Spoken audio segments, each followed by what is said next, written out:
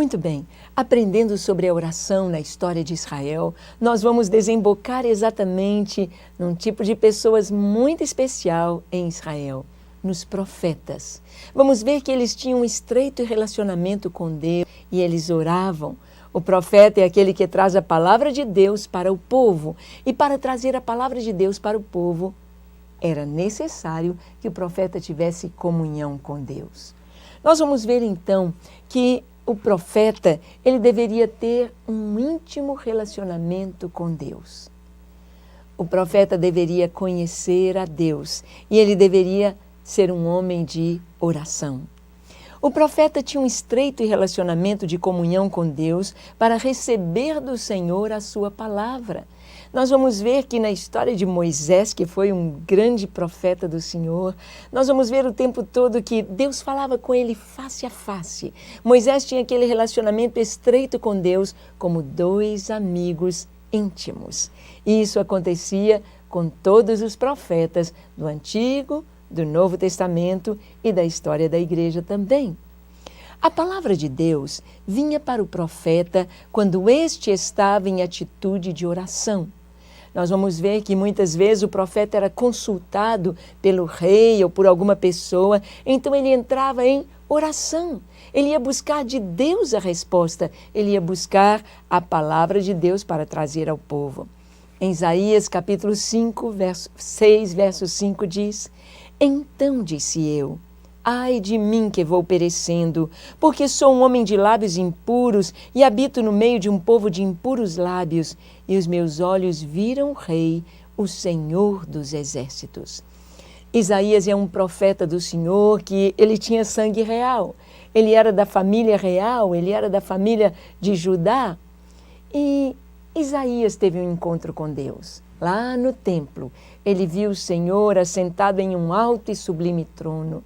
E quando ele viu a glória de Deus, e quando ele viu o caráter de Deus, e quando ele contemplou a santidade de Deus, proclamada pelos serafins que voavam ao redor do Senhor, dizendo: Santo, Santo, Santo é o Senhor Deus Todo-Poderoso. Então Isaías confrontou-se, ou ele teve a visão da sua pequenez e do seu pecado. Ele disse: ai de mim, porque eu sou um homem que tenho lábios impuros, habito no meio de um povo de impuros lábios, e os meus olhos viram o Rei. Deus então manda que um serafim tome uma brasa com uma tenaz lá do altar e toque nos lábios de Isaías e diga para ele: pronto, a tua iniquidade foi queimada, foi tirada. E logo em seguida Deus diz: a quem enviarei? E quem há de ir por nós? Isaías então responde: eis-me aqui, envia-me a mim. Nós vimos então que no confronto, no encontro com Deus, na busca da presença do Senhor, há este encontro, mas um encontro do qual não saímos do mesmo modo. Nunca uma pessoa vai ter um encontro com Deus, com Jesus, com o Pai, e vai sair da sua presença da mesma forma. A santidade de Deus nos limpa, nos lava. No Antigo Testamento foi a brasa do altar, o holocausto oferecido a Deus. No Novo Testamento é o sangue de Jesus que nos purifica de todo pecado. Então este encontro do profeta, ele recebe a palavra para trazer ao povo. Vamos ver também o rei Ezequias pedindo ao profeta Isaías que ore pelo povo por causa da provocação do exército do rei da Síria, através de Rabsaqué. Rabsaqué era o comandante do exército do rei da Síria e ele veio com palavras injuriosas contra Israel. Ele veio dizendo: não pensem vocês que o rei possa segurar, o rei Ezequias possa dizer para vocês que não vai acontecer nada, que não vamos entrar em Jerusalém. Não pensem vocês que o seu Deus poderá salvá-los. E ele disse mais: pois é o próprio Deus de Israel que nos entregou às outras nações. Bem, ele tinha razão neste ponto, mas não no primeiro ponto, porque Deus haveria de proteger a Israel, guardar a Israel, proteger Jerusalém, como realmente Deus o fez. Ezequias então pede ao profeta Isaías para que ele ore. Em Isaías 37, de 1 a 4, está essa visita de Ezequias e na parte B do verso 4 diz: faze oração pelo resto que ficou. Faze oração, ore. O rei vem pedir ao profeta que ele ore. O rei vem pedir ao profeta que ele interceda junto a Deus em favor do povo. Cada crente, cada cristão é um intercessor aqui na terra a favor das pessoas. E elas estão necessitadas e é necessário que oremos a oração de intercessão. Capítulo 37, verso 6 diz: e Isaías lhe disse: assim direis ao vosso amo, assim diz o Senhor, não temas à vista das palavras que ouviste, com as quais os servos do rei da Síria de mim blasfemaram. Não temas. A visão profética também foi dada a Daniel quando este se achava em oração. Nós vemos que Isaías trouxe a resposta de Deus e vamos ver outro profeta, um profeta do tempo do exílio, o profeta Daniel, que viveu no palácio de 4 reis, no palácio de várias, não apenas dinastias, mas de várias nações que estavam reinando em um reino tão grande, mundial para aquela época. Um império da Babilônia, o império medo-persa, o império persa, e Daniel ali estava sendo aquela bênção do Senhor para o seu povo, um exemplo. E Daniel estava ali no exílio quando ele teve revelação do Senhor. Daniel era um homem que orava. Daniel era um homem que preferiu ir para a cova dos leões do que deixar de orar ao seu Deus. No capítulo 9, do 20 a 23, no versículo 21 está escrito: estando eu, digo, ainda falando na oração, o varão Gabriel, que eu tinha visto na minha visão ao princípio, veio voando rapidamente e tocou-me a hora do sacrifício à tarde. Muito bem, nós vemos aqui nesse texto que Daniel está orando, está buscando ao Senhor, e nesse momento de oração, neste momento de intimidade com Deus, nesse momento de busca da face do Senhor, ele tem revelações das coisas do futuro. Como é importante termos este momento a sós com Deus. Como é importante termos um tempo para buscar a sua face, para dedicarmos à leitura da palavra, quando Deus vai nos trazer revelações. Revelações que muitas vezes não ficarão apenas para nós, mas servirão também para outras pessoas, para a sua igreja. E aquilo que Deus pode nos dar num momento a sós com Ele, pode servir para tantos, pode ir tão longe. Nós vemos então que como é importante que a oração seja este momento em que Deus tem liberdade, em que Deus, o canal de acesso ao nosso coração está totalmente aberto para termos revelações do Senhor. Vamos ver que em certas ocasiões ali no Antigo Testamento, o Senhor permitia que o profeta aguardasse por sua resposta durante algum tempo. Algumas vezes Deus permitia que o profeta ficasse esperando. No caso de Daniel, isto aconteceu. Ele teve de esperar um bom tempo, 21 dias de oração e de jejum. No caso de Abacuque, a mesma coisa. Abacuque 2, de 1 a 3 nos diz: sobre a minha torre de vigia estarei, e sobre a fortaleza me apresentarei, e vigiarei para ver o que fala comigo e o que eu responderei quando eu for arguído. Abacuque está diante de uma situação terrível em toda a cidade, em toda a nação, e ele busca de Deus a resposta. Abacuque coloca diante de Deus tudo aquilo que está acontecendo na nação, e então ele diz: eu vou aguardar, eu vou vigiar, eu vou ver o que Deus tem para a minha vida, eu vou ver a resposta do Senhor. E Deus então traz a sua resposta ao profeta. E a resposta é uma revelação tão grande que permeia todo o Novo Testamento, toda a história do cristianismo. O justo viverá pela fé. Foi a revelação que Deus deu a Abacuque. O justo viverá pela fé. Como é importante aguardar, esperar. Vamos ver outro profeta, além de Abacuque, de Isaías, o profeta Jeremias. Jeremias é um exemplo da comunhão com Deus para que a palavra divina fosse ministrada ao profeta. Jeremias, ele espera, ele aguarda do Senhor. Jeremias vive um tempo difícil, ele vive um tempo em que a cidade está sitiada, ele vive um tempo em que Deus diz que a cidade será destruída pela desobediência, pela idolatria. E Jeremias sabe ouvir a voz de Deus. Jeremias sabe transmitir ao povo a palavra de Deus. E no capítulo 1, de 4 a 6, está escrito: assim veio a mim a palavra do Senhor, dizendo: antes que eu te formasse no ventre, eu te conheci, e antes que saísses da madre, te santifiquei, e as nações te dei por profeta. O Senhor escolheu Jeremias, separou Jeremias para ser profeta antes que ele nascesse. Ele chega a dizer: Senhor, eu não passo de uma criança, eu sou tão... Senhor, eu não sei nada ainda. Não passo de uma criança. E Deus disse: não diga isso, porque a palavra que ele haveria de anunciar era a palavra de Deus.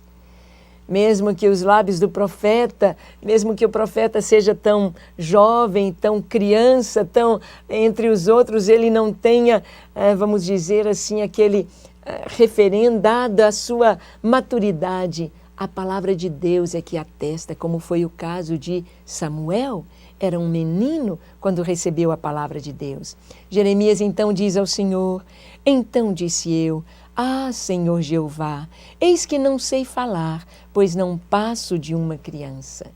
Jeremias disse: Senhor, eu sou uma criança. E Deus disse: não fales assim. Não fales assim, porque eu te coloco diante do meu povo para você edificar e derribar, para que você possa ser como um muro diante do meu povo. A sua palavra é uma palavra firme na presença do Senhor. E Jeremias então recebe esta palavra e ele atrasa o povo. Vamos ver todos os profetas tendo este relacionamento com Deus. Elias era um homem de oração, Eliseu era um homem de oração e Deus podia usá-los. Deus usa pessoas de oração, pessoas que se dedicam a buscar a face dele. Nós vamos ver agora um pouquinho a oração profética, a oração aprendida com Deus, o relacionamento com Deus em oração dentro do contexto do livro dos Salmos.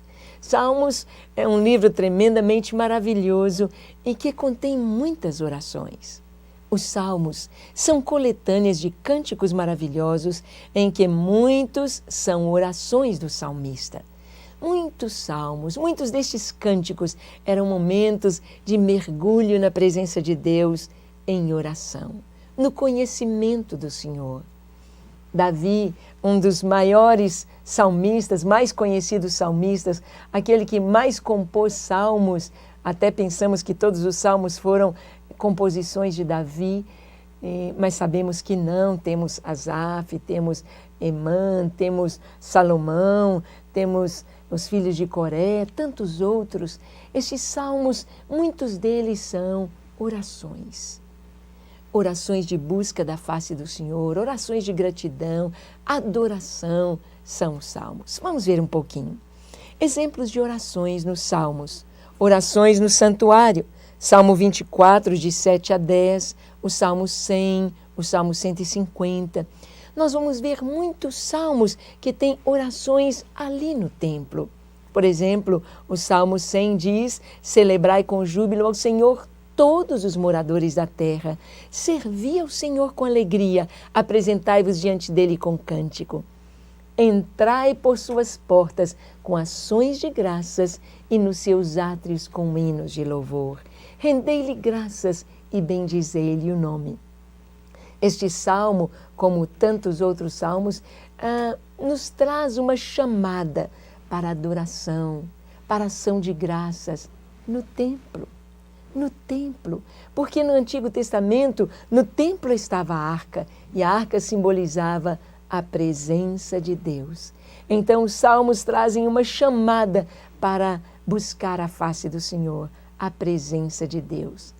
Salmos com cânticos, com orações no santuário. Vamos ver também exemplos de orações nos salmos, orações pessoais por perdão dos pecados. Como exemplo temos o Salmo 51. No Salmo 51 foi uma expressão de todo o arrependimento de Davi. Quando Davi pecou, quando ele adulterou com Betseba e mandou que, através do próprio Urias, uma carta ao general Joabe, para que Joabe colocasse Urias na frente da batalha, para que ele morresse. Estava isto bem claro na carta. Em outras palavras, Davi cometeu um assassinato. Davi estava enviando alguém para a morte, mesmo que fosse na guerra, uma boa desculpa, mas era isto que ele estava fazendo. E o Salmo 51 é quando Davi tem o confronto com o Senhor, e ele diz: ó Senhor, contra ti somente pequei, e fiz o que aos teus olhos é mal. Ele diz: purifica-me do meu pecado, lava-me com esopo e ficarei limpo. Purifica-me e ficarei mais alvo do que a neve. Ele diz: cria em mim, ó Deus, um coração puro, renova dentro de mim um espírito inabalável. Então nós vemos nos Salmos de Davi, vemos esta oração no Salmo 51, um pedido de perdão ao Senhor. Nós vamos ver também nos Salmos comunhão com o Senhor, orações de comunhão, como o Salmo 42, o Salmo 63. O Salmo 42, escrito pelos filhos de Coré, ele nos diz: oh, como suspira pelas correntes das águas a corça, assim por ti, ó Deus, suspira a minha alma. A minha alma tem sede de Deus, a minha alma tem sede do Deus vivo. Quando irei e me apresentarei diante do Senhor? Este salmo nos fala exatamente desta contrição, desta busca de Deus, anelante pela presença do Senhor, anelante por esta comunhão, como a corça é renovada, seus pés ao tocarem nas águas. Nenhum caçador mais pode pegar a corça, nenhum predador pode alcançá-la, porque ela foi renovada no toque com estas águas. E assim, como a corça perseguida está suspirando pelas águas, assim a nossa alma suspira por Deus. São salmos de contrição e de busca da presença de Deus. Temos salmos como o 46, o 57, que tem pedido por proteção, um pedido pela proteção de Deus. O Salmo 46, ele está nos falando ainda que a terra trema, ainda que os montes estremeçam, ainda que as águas espumejem, na sua braveza as ondas possam ficar tão grandes. Nós devemos aquietar e saber que o Senhor é Deus, que o Senhor é Deus.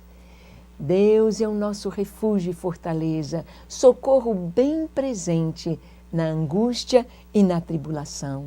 Pelo que não temeremos, ainda que as águas espumejem, ainda que pela sua braveza as ondas venham a fazer e trazer tanto prejuízo. Este salmo é um pedido pela proteção do Senhor. Nós sabemos que precisamos orar pela proteção de Deus. Temos visto tantas catástrofes, terremotos, enchentes, furacões, temos visto tantas coisas acontecendo sobre a terra e devemos ter esta palavra de Deus em nossos corações em oração. Aquietai-vos e sabei que eu sou Deus, diz o Senhor. Serei exaltado entre as nações, serei exaltado sobre a terra. Mas ainda nos Salmos nós vamos ter um exemplo de pedido de cura, como o Salmo 6. No Salmo 6, nós encontramos o salmista Davi pedindo por cura. Ele diz: volta-te, Senhor, no verso 4, livra minha alma, salva-me por tua graça, pois na morte não há recordação de ti, no sepulcro quem te dará louvor? Estou cansado de tanto gemer, todas as noites faço nadar no meu leito as minhas lágrimas, de lágrimas o alago. Ele está orando, pedindo a Deus por cura. Nós devemos orar, pedindo ao Senhor por cura. Esta é a palavra de Deus e Ele é fiel e bondoso para fazer isto. Nos Salmos, então, temos tantos exemplos de oração. Temos também orações de louvor, como o Salmo 103, 104, 107. O Salmo 103 nos diz: bendize, ó minha alma, ao Senhor, tudo que há em mim, bendiga o seu santo nome. Bendize a minha alma ao Senhor e não te esqueça de nenhum só dos seus benefícios. Temos também exemplo de oração e sacrifícios, exultação pelas bênçãos do Senhor. Salmo 54, 6, o 66, 13. Este salmo nos diz assim, no Salmo 54, versículo 6, oferecer-te-ei voluntariamente sacrifícios, louvarei o teu nome, ó Senhor, porque é bom. Então, a palavra de Deus nos ensina a orar. Você tem modelos de oração aí no Antigo Testamento. Abra os Salmos e comece a orar de maneira linda, de uma maneira eterna, de uma maneira que entra nos céus e penetra no coração de Deus. Ore, busque ao Senhor, aprenda a orar e receba as bênçãos que vêm do alto. Amém?